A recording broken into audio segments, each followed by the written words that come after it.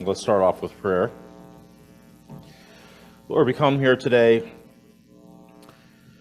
hopefully to learn something new that we could take from here and use as we live, to hear things that are being looked at and studied, and hopefully people will take these things and look at them themselves, because each of us, we read, we pray, we ask for your guidance, and we see things maybe a little differently, or things that are different as far as we can see that we can apply them to our lives, because none of us knows exactly what's going on in each's life and the things that they go through and the things that the people that they're faced with every day. And Lord, your word is, it can be used in many different ways as we apply it, as we live and walk this earth and work to manifest who you are, so that we might attract others to who you are and to your kingdom. Amen.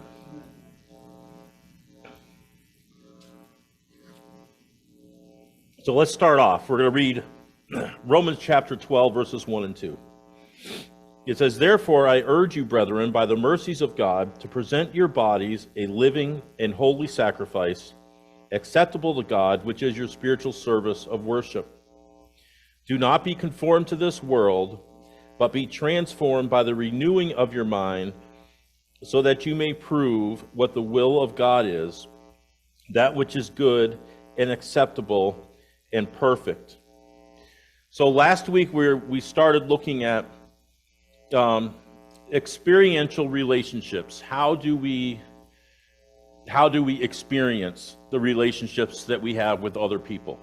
Whether they're people that we might think of as a relationship with someone that we know, someone that we love, family, close friends, but in all relationships, even the most fleeting relationships. Remember last week we talked about how things happen in life and we don't register it, it just goes and it doesn't click.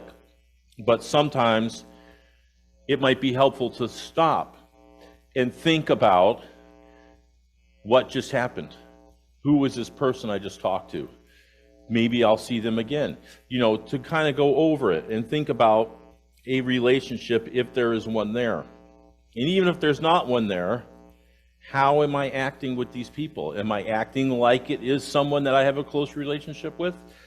Or am I treating them just like someone I'm never going to see again, so I don't care what I look like or what I say? And so that's, I think, kind of what, Paul here is speaking, and he's talking to people who have close relationships with each other, and he's giving them how a Christian's life should be, and he uses, I think, the examples of with each other, but some of the things he talks about are also things that he talks about with people that you don't know, what goes on in the world. And so we're going to continue looking at that today, just in 3 verses. But before we get to that, I think I did this last week a little bit, but I want to do it again. So we just read verses 1 and 2. I think it's important to keep verses 1 and 2 in mind as we read through the rest of this chapter. We need to remind ourselves that what we're reading is something, it's a matter of urgency, of great importance, that we keep in mind what we're reading in the verses that follow, and that we actually do them because of God's mercy. That's what he says, right? He says, by the mercies of God. You think about the mercies of God. We talked about that when we first started it, what God's mercy covers. That's often what we think about, right? We think about the cross and what his mercy has done. But even think about, if you want to take it down to the smallest thing, you take it down to atoms that spin around each other and have parts that spin around them. And now scientists even find within those parts, there's other parts spinning around. Who knows how far down they're going to be able to get to see. But that's God's mercy. He spoke something into being. And it happened. And it continues on and on and on.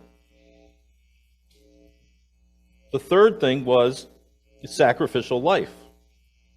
We are, it says, to present ourselves as living and holy sacrifices. Who is a sacrifice to? In the Bible.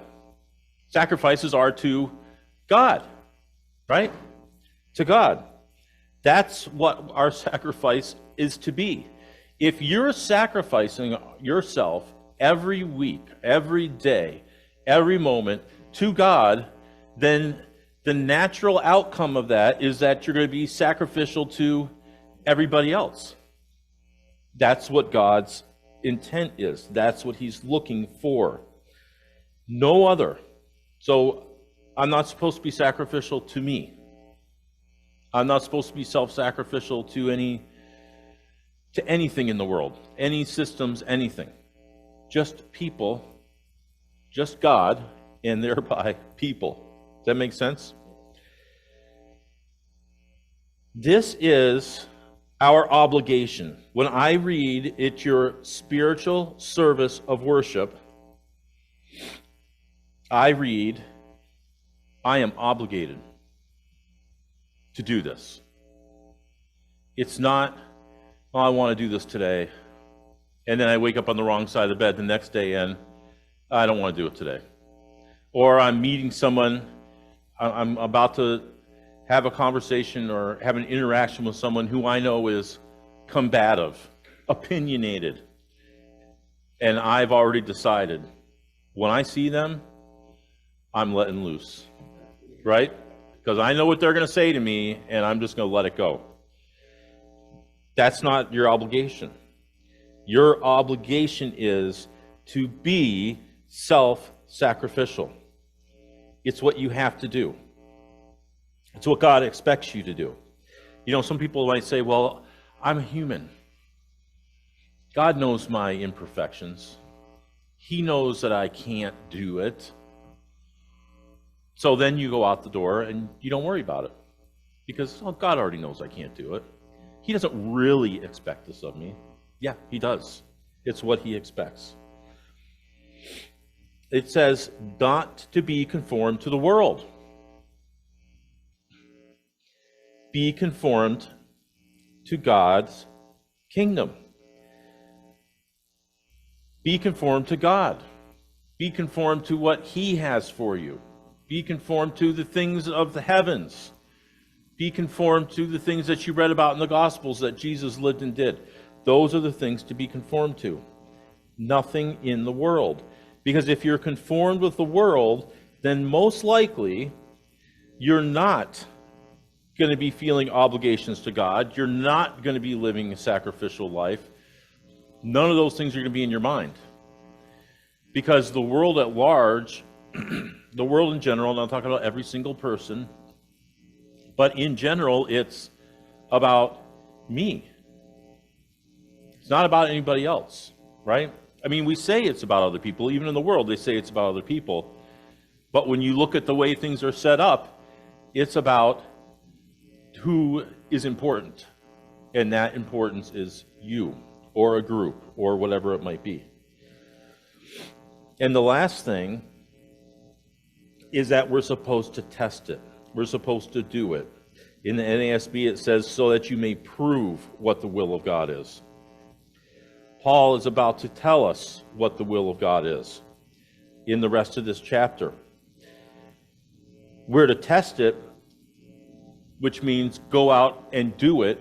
And we looked at this, I don't know, maybe it was last week or the week before. We were talking about the chemist and the formula. You do it. It's like the lady said, it's kind of like a lab, right? That's how she perceives the world, because that's what she does. I go out and I know the formula. Now I just have to make the formula happen, and hoping that the results I see are going to be the results that I would expect them to be. If I went out and I interacted with people or a group of people and I was trying to be self-sacrificial and keep them first and keep my needs more in the background, as Paul says to do, excuse me, and keep it more in the background, as Paul says to do, then I hope that the formula has results. And I hope that the results are good so that there could be a good relationship. That doesn't always happen. Sometimes the results aren't good. They're not perfect. They're not what you would want. So what do? What does the chemist do? They go back to the lab and they say, I know that these are the things that I need to make happen. Let me just change it a little bit. Or let me change it. Maybe I'm applying this thing too quickly or something like that. And you go out and you do it again and again and again. That's proving. That's testing. There is a popular company, I'm not going to name their name, nationwide company, and they have a slogan, or used to have a slogan, I don't know if they do anymore, but they used to have commercials, and the commercial was, just do it. Now, they make sports apparel and sports gear, and all their commercials were people playing basketball or a track runner or something like that. And the idea, of course, is those things, to make it a profession and to be the best at it, are difficult. They're hard. But they're saying, if you buy our stuff, you'll be able to do anything. Their motto is just do it. Just go out and do it. Don't be afraid. Put on your shoes or whatever you have to wear and go and do it. And so now I look at these things that we've been looking at and I think, is it possible? Can I do this? Maybe. Can I? Probably. There's another company, and this is the one that pops in my head all the time. They have a little thing that you can buy that's got a red button on it. And when you touch the button, a voice comes out and says, that was easy, right? Same idea. Do it. And then look back on it and think, wow, that was easier than I thought it was going to be. It might have been hard. But someday you're going to look back at it and you're going to think, well, that was really hard, but I did it. And I got through it, right? I heard something once, and I don't know where I got it from, but I use it, and some people look at me like, what are you talking about? It's the same lines. Someone will ask something of me, and in my mind I know, wow, that's going to be challenging. But out of my mouth comes, easy peasy lemon squeezy. I didn't make that up. I got it from a TV show or something, right? I can make it happen. I'll do it. But it's not really easy. Paul is never saying, God is never saying, this is going to be really easy. All he's saying is, just go do it. Because it's what I'm asking of you. It's who you are. So let's now go down to verses 14 to 16.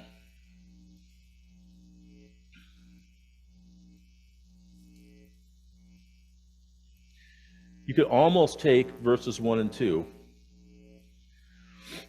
and cut it out and put it right in front of each little block, right? We could read verses 1 and 2 about urgency and being self-sacrificial, and it's our obligation, and renew our minds, and don't be conformed to the world, and then read, bless those who persecute you, bless and do not curse. Rejoice with those who rejoice, and weep with those who weep. Be of the same mind toward one another. Do not be haughty in mind, but associate with the lowly. Do not be wise in your own estimation. If you're somebody who likes to read the Bible as a roadmap to life, I tried to think about devotionals I've read, or the devotions I get on my email. And I tried to look back and remember, so I could be incorrect in this, but in my memory, which we know isn't the best, right? I can't remember if we talked about chemists last week or the week before. I can't remember a lot of devotions that come out of Romans chapter 12 or Romans chapter 13. Mostly, we get our devotionals, or practical living we call, either from the Gospels. Most devotionals, I think, cover things that Jesus did or said. Or we might go to the practical living aspects that Paul talks about in Ephesians or Colossians or places like that. Maybe sometimes there might be something from these, but I don't think there's many. But these two chapters, I think, and we're looking at chapter 12, are very important, because I think that they take everything that Jesus was about when he was here, and they boil them down.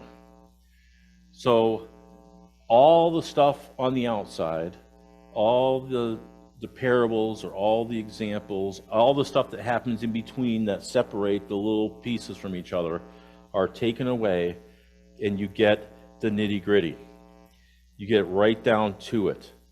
It's a summary of how we are to live and present ourselves on this earth and in the world. Because remember, world and earth are different. Earth is the ground I walk on. World is what I walk out the door of my house every day when other people start to become involved. Bless you, sir. That is the world.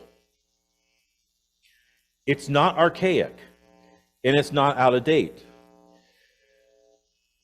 It's never, well, this was for their time and not for mine. When Paul says, bless those who persecute you, bless and do not curse, he wasn't just talking to the people in Rome at the time of the Roman Empire, or the Jewish folks that were there when they were dealing with Gentiles, or the Gentiles dealing with Jews, or whatever have you. That is something that goes for all time. We should not read these verses and think, well, God doesn't expect this of us today. Look at what those people are doing. Look at what this person's saying. Look at how this person's acting. Look at what this group of people or this nation of people are doing. How could he expect us to do that in the face of this? He knows. He knows we're okay. We can work like the world works in this situation, because it's going to bring out good. Unfortunately, when we discuss these things, it's exactly what we hear. I've had discussion with people on these things, and it's what I hear. Well, God knows I'm human. Well, God knows I'm not perfect. Well, I'm not going to let this person get away with that. Well, they can't talk to me this way. Well, this person can't do this, or this nation can't do this, or this company can't do that. It's not right. So I'm going to stand up, and I'm going to come right back at them, not with blessing those who persecute you, or bless and do not curse. We want to come back with the curse. They're cursing me, I'm cursing them. That's how we work. But that's the world's system. It's on the world stage, it's on the family stage, it's on the one-on-one stage. That's the way of the world. And so why might we think like that? Because we don't want to do what we're called to do. What are we called to do? Come out of the world and be different. So for various reasons and various situations, we don't want to come out. We want, or we feel the need to, have to stay in it. We say the world is not going to get what I'm doing when I bless those who are persecuting me. They're going to call me weak. They're going to say people are walking all over you. They're going to say nobody's going to respect you. Those are the things they're going to say. And what does Jesus say? It's just popped in my mind. In the Sermon on the Mount. Blessed are you when people revile you because of my name. That's what this is. This is because of his name.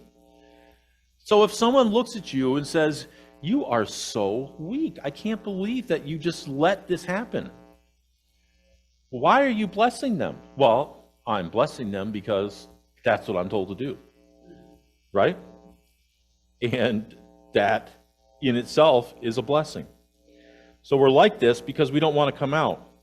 And what occurs to me, or the passage that comes to mind, is my parents' favorite passage. So that's where we're going to turn.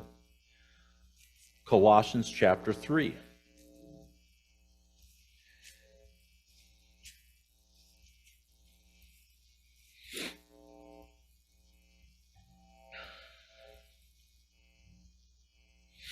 Are we there? We're going to read verses 1 to 11, and I'm going to interject as we go. Paul says, therefore, if you have been raised up with Christ, and my question to myself is, am I raised up with Christ? Obviously, I'm standing right here on a concrete floor in front of you, right? But isn't that how we as believers act? Am I raised up with Christ, or am I not raised up with Christ? I am told I am in Romans, and I think that's the problem with Christianity at large. We don't, as Paul says, reckon what we're supposed to reckon because of what the cross has accomplished, because of what God's accomplished for us. We don't see it because my physical eyeballs don't see it. But they could see it, I think, if we do the things that we're reading about in Romans chapter 12. We could see that we're raised up with Christ and seated next to him. If you've been raised up with Christ, keep seeking the things that are above. And again, we don't look at the things that are above because we don't think we see the things that are above. But how do I see the things that are above? By faith, right? How else do I see it? I can see it. I see it in you. When you see the things that are above, and you act like the things that are above, then we see it. I use the word mysterious. Some people would say, well, God's ways are mysterious. Heaven is mysterious because I've never been there. How do I know what heaven is like? If I'm seeking things above, what am I supposed to be seeking? There's only one way on this earth to seek those things above. And that's how you and other people act among each other. That's it. It's about people. It's about relationships, right? I mean, I could look at creation, right? Creation shows us that there's a God. We could say all those things. But let's get beyond material things. It's not mysterious. It's what we're reading about. So he says, keep seeking the things that are above where Christ is, seated at the right hand of God. Set your minds on things above, not on things that are on the earth. Now, to me, interestingly, we always equate this, or at least in my mind, I always equate this with material things, right? I'm seeking heaven. If I'm seeking the things that are above, then, a bigger, more beautiful house that's perfect and I don't have to work on anymore is not something I should be seeking, right? That's what we think about. We think about material wealth and material things. And I think that's part of the equation, but it's just part. If you're always seeking after material things, we know that it's probably going to be more difficult to be self-sacrificial, because most of the time, in order to get more wealth and more material things, it could be sometimes at the expense of others. The part of the equation that we're missing, if you in my mind, I pictured I was terrible in math. If you picture a mathematical equation and it's got the x, right? You got the equation and then there's an x, and you're supposed to find out what's missing. The part that's missing is what we're talking about. It's, to me, probably the hardest part to figure out of the equation. And it's the hardest part because I want to go with the world system. I want to go with this is how life is. It's hard to go with what Paul's talking about. That's challenging. It's not easy peasy. It's difficult. It takes work. That's why God says, and Paul says in Romans chapter 1 or 12 verse 1 that you have to, it's verse 2, prove it. Test it. You got to test it. Testing isn't easy. Testing is hard. It's something that you got to do. He continues on, set your mind on things above, not on things of the earth. For you have died, and your life is hidden with Christ in God. When Christ, who was our life, is revealed, then you will be revealed with him in glory. Here's another one. We say, well, Christ hasn't been revealed. This is talking about the future. Right? This is what it is. I'm not going to be able to realize any of this, seeking things that are above or know what God or heaven's about, until I'm actually there. Until Christ has showed me who I am in him in front of the Father. But I wonder, what are we waiting for? Why are we waiting? Christ was revealed. And some people say, well, when was he revealed? Well, he was definitely revealed when he was on the cross. That was his glory. Now, the cross was his glory? Yeah, the cross was his glory. Because that was the crowning moment of God saying, this is who I am. I believe there's a verse that says, is it in Hebrews? For the glory that was set before him, right? What was the glory set before him? The cross. That was his glory. Some people might say, well, that was his glory, but he hasn't come back. Well, whether you believe he came back in 80, 70 or around then, or after his resurrection, or when he ascended, or when he was on the cross, in all of those things, he has been revealed in glory. I wonder, well, maybe Paul is saying, when I understand that Christ has been revealed in glory, and therefore I have been revealed in glory to the Father, then I'll finally get it, and I'll finally get what my obligation is and how I'm supposed to live. I think that kind of scratches the surface. And it gives us a little more insight into Colossians chapter 3 and it's right now. I think that's what Paul's trying to say. He continues, therefore, consider the members of your earthly body as dead to immorality, impurity, passion, evil desire, and greed, which amounts to idolatry. We're supposed to be dead to this world and to all of its various systems and ways of life. If we're not dead to it and we're still clinging on to it and still living it and still not living that obligation of self-sacrificial life, then we are idolaters. As long as you continue living after the world, Paul is saying it amounts to idolatry. You might say, well, I don't have evil desires or greed. I'm not impure. I don't have passions for those things. Again, we can't read these things and jump to the worst possible conclusion of someone who's thinking evil or thinking greedy.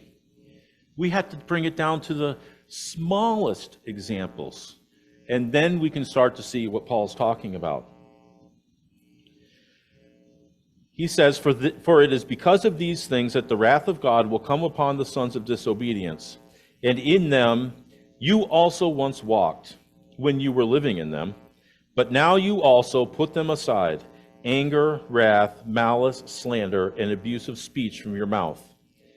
Do not lie one to another, since you laid aside the old self with its evil practices, and have put on the new self, who is being renewed to a true knowledge according to the image of the one who created him.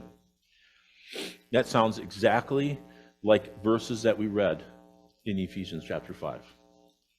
When I read it, I think almost word for word. Isn't that what Paul said? Anger, wrath, malice, slander, abusive language, lying. Get rid of it all. Out of your mouth, out of your life.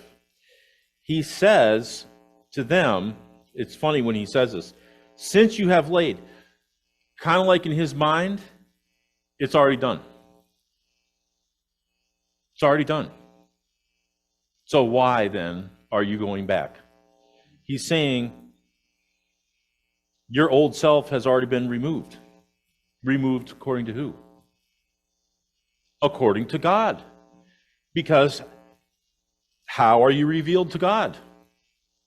In his Son, in glory. You're already there. You already have on the new self, but at the same time, he's telling people elsewhere, put on the new self.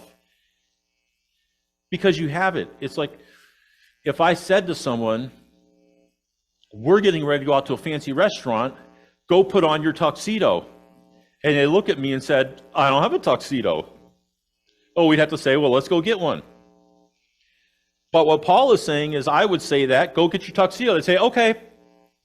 And they go get their tuxedo and they put it on and you can go to the fancy restaurant. That's what Paul is saying. It's already yours. Open your closet. Take it out and put it on. Walk in it. He says, and to have put on the new self who is being renewed to a true knowledge according to the image of the one who created him. And you have to ask yourself, what is this image? The image is not a mystery. Some people act like it's a mystery that I'm not going to know until I'm finally in front of God. And then it's all going to be revealed and I'm going to be who I'm supposed to be. Right now, God is working to mold you to be who you're supposed to be while you're here. Scripture wouldn't say things like that if it wasn't true, right? Now, when you see him face to face, will things be different? The world will be removed. And yes, you'll know, wow, I'm there. I think that's how it's going to be. You're going to know. But that doesn't mean that right now I can just say, well, whatever. It's coming. He knows I'm a human and he doesn't really expect this of me. But he does. So I had a reference to a song. And I'll just read these lyrics to you. It says, I know there's a place I belong where I'll see the fullness of love, a child face to face with my God, lost in your awesome wonder. And the text of the song, the context of the song is not future. It's right now. Seeing God. They say like a child. That's fine. Face to face. Face to face. Face to face. That's what it's about. Face to face with God. Paul goes on. He says, there's a renewal, and there's no distinction between Greek and Jew, circumcised and uncircumcised, barbarian, Scythian, slave, free man. But Christ is all and in all. Christ is all and all in all. Right now. Not in the future. Right now. I am expected to come out and to live what we're reading in Romans chapter 12. It's my obligation. It's my obligation to go to the closet and to take out the new self and to actually put it on and use it when I'm talking to anybody, when I'm having a relationship with anybody, when I'm walking through the world and people are watching me. That is who I am and who I'm supposed to be. So let's turn over back to Romans chapter 12. Paul says in verse 14 of Romans chapter 12, bless those who persecute you, bless and do not curse. Rejoice with those who rejoice, weep with those who weep. Be of the same mind toward one another. Do not be haughty in mind, but associate with the lowly. Do not be wise in your own estimation. So how do I bless people who are persecuting me? How can I possibly not curse somebody who's cursing me? How can I not have feelings against people for things that they have wronged me in?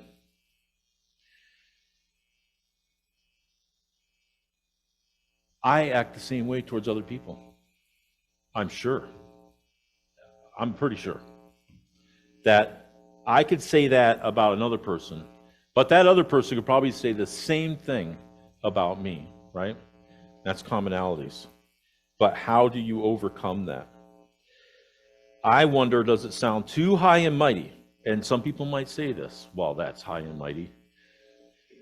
To claim what Jesus said as he experienced full wrath, anger, and malice in the slander of humanity.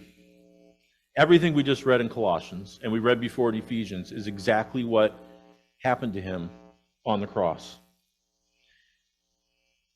What did he say? Father, forgive them. Right?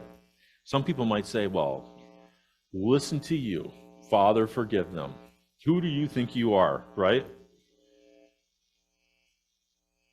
Forgive them. There's a song I heard, and I couldn't stand it because all I could see was that that's the angle that they were coming from, right? The song was about people who've done this to me or said that to me. I forgive them. And I used to think in that song, well, all it's talking about is how people have acted to that person. But I think I missed the point of the song. I think the point of the song was, no matter what, you forgive. You bless them. What is blessing? It's a eulogy. Speaking well. No matter what happens to you, no matter what a group of people or anything say to one group of people or another, or to you, you are to bless them the same way God has blessed them. Which is what? Just like it never happened. Right? Justification. Just like it never happened. It never happened. So when someone comes to you and says, oh, I'm so sorry I acted to you like that 6 years ago, it never happened. That's how you're supposed to respond. Don't worry about it, it never happened. Forgiving. God said that through Abraham, all the families of the earth will be blessed. Everybody. All the families means there's a mom, there's a dad, there's kids, there's aunts, there's uncles, there's grandfathers, there's great-grandfathers. Like Danny just did this wildly crazy family tree all the way back to the 1500s. That's a family. That's my family. I might think, well, there's my mom, my dad, my two brothers and my sisters, my wife, my son. That's my family. My brother-in-law, my sister-in-law, the immediate people. But it branched out. It came from somewhere. All of those people, all of them are blessed. I challenged Danny. I said, this is cool. I said, but for it to be really cool to me, you need to go to the next family tree that's attached to this family tree and find the people that are still living in Ireland that are my relatives. And when I can write them a letter and tell them everything I found, there's you found, then I'll be like, wow, this is awesome. Mm-hmm. We are all related, right? It's not mysterious or impossible to live in a way that we bless other people. Because if you're being a living sacrifice and always putting God first, then others will naturally come first and the blessings from you will just happen. A couple verses down, and we're going to read about it. Paul says to be at peace as much as it depends on you. Sometimes I used to read that and say, what does he mean by that? As long as it depends on me. I think what he means by that is there's never an all bets are off. Ever. It doesn't matter what someone says to you. It doesn't matter what they do to you. There is never the, respond in kind. As long as it depends on me, I always have to be the one in that relationship that is looking for peace and blessing. I don't know how far it goes. I'm reading we're going to end here because we don't have time to finish today, but I'm reading a really cool book right now that maybe someday I'll share stuff with you. But one of the things in the introduction, it was written by someone that I've read a lot of stuff by and I really enjoy. He poses the question, what are you willing to die for? What are you willing to die for? All the apostles told Jesus, the disciples, oh no, we'll die with you. We'll die for you. No one's taken you. I'll die. But yet they all left. And one of them, we have the example that's given of his denial. But we shouldn't think that he was the only one who denied. They all did in their actions. Might not have come out in their mouths, but they left. One came back because Jesus told them, take care of your mother, right? But they denied him. What are you willing to die for? In this world, people say they're willing to die for a lot of things. And people do die. They put themselves in a position to die for things. And this might sound terrible, but are they dying for the right things? What are you willing to die for? I can't wait to read the rest of the book and see where it goes. But it's a great question, right? Start in the back and work forward. We'll finish up with this thought anyways next week.